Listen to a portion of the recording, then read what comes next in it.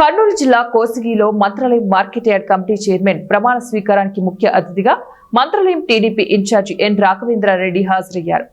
అంతకుముందు కోసిగిలో యల్లమ్మగుడిలో మంత్రాలయం టీడీపీ ఇన్ఛార్జి ఎన్ రాఘవేంద్రారెడ్డి ప్రత్యేక పూజలు చేశారు. అనంతరం మార్కెట్ కమిటీలో ఏర్పాటు చేసిన కార్యక్రమంలో Mantralayam market yard committee chairman గా చింతలగేని నర్సారెడ్డి ప్రమాణ స్వీకారం చేశారు. ఈ సందర్భంగా మంత్రాలయం టీడీపీ ఇన్ఛార్జ్ ఎన్ రాఘవేంద్రారెడ్డి మాట్లాడుతూ నారా చంద్రబాబు నాయుడు ముఖ్యమంత్రిగా సుపరిపాలన సాగిస్తూ పార్టీ కోసం కష్టపడ్డ వారికి సముచిత స్థానం కల్పిస్తున్నాడన్నారు. అందుకు మంత్రాలయం మార్కెట్ యార్డ్ చైర్మన్ గా బీసీ సామాజిక వర్గానికి చెందిన చింతలగేని నర్సారెడ్డి, దళిత సామాజిక వర్గానికి చెందిన వైస్ చైర్మన్ గా తిక్కనను నియమించడమే నిదర్శనమని అన్నారు. దానికి మేము సిద్ధం. మీరు 5 ఏళ్ళలో బాలనాగిరెడ్డి ఏ గ్రామంలో ఎంత అభివృద్ధి చేశాడో మా రాఘవేంద్ర రెడ్డి అన్న గారు ఒక్క సంవత్సరంలో ఎంత అభివృద్ధి చేశారో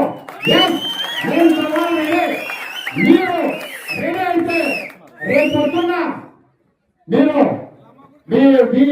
విలేకరులు ఉంటారు కదా, వాళ్ళకైనా చెప్పండి.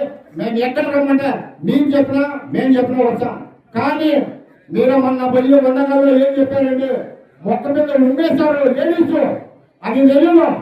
కానీ అక్కడికి వెళ్ళిన తర్వాత కోర్మెంపేటకి పోయారు. కోర్మెంపేటలో పోతే కూడా ఒక ముసలామని అడిగారు, ఏమమ్మా నీకు పింఛన్ వస్తుందా అన్నారు. వస్తుందయ్యా అన్నారు.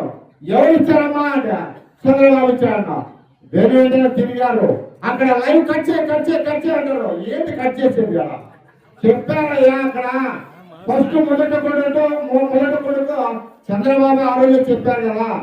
ఇంకొకసారి మీరు పొరపాటు 40 సంవత్సరాలకు ఉపయోగపడే మన నారా లోకేష్ గారు రాజకీయ భవిష్యత్తు నిర్ణయించేవాడు వచ్చాడు.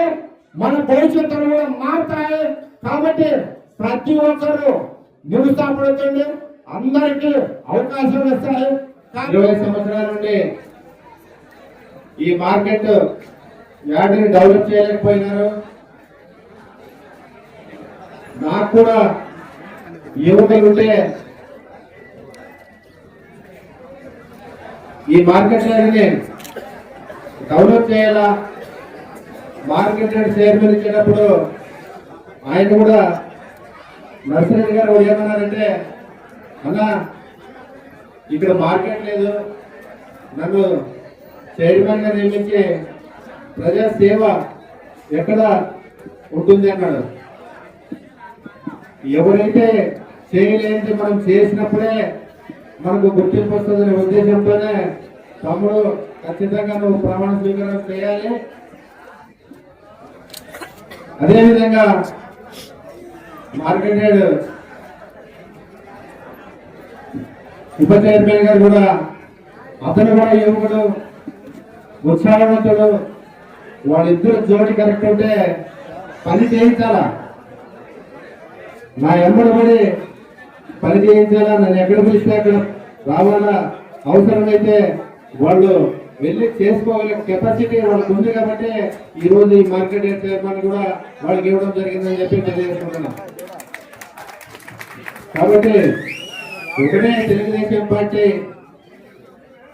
తెలుగుదేశం పార్టీ నమ్ముకున్న ప్రతి కార్యకర్తకి న్యాయం జరిగేంత వరకు మీ వెనకాలే ఉంటానని చెప్పి తెలియజేస్తున్నా. ఇదేమో నాకు ఎలాంటి స్వార్థాలు లేవు.